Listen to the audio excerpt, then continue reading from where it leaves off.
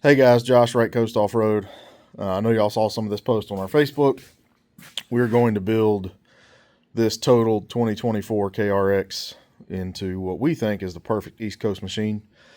It's going to be on a budget, and we're going to do it step by step, and we'll do install videos as we go. But this is a 2024 Trail Edition, 950 miles, drive straight, frame straight. Everything's good except the passenger side door plate or door bar. So we're going to bend that back out. This is why it's totaled, I'm sure, because this is part of the main frame that isn't replaceable.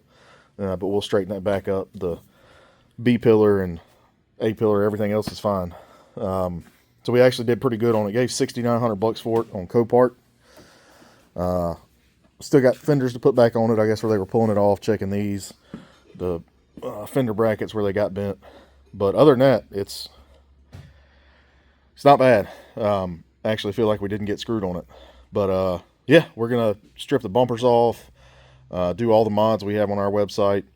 Right now we're doing 5 lug adapters so we can run the H2 tires and wheels, the stock ones and the Savages if we decide to take it somewhere like that.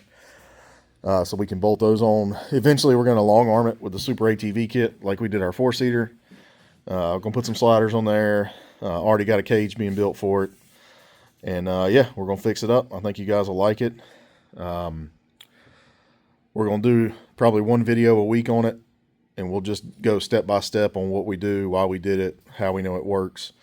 And we'll go from there. So quick short video. This is it, 2024 KRX totaled.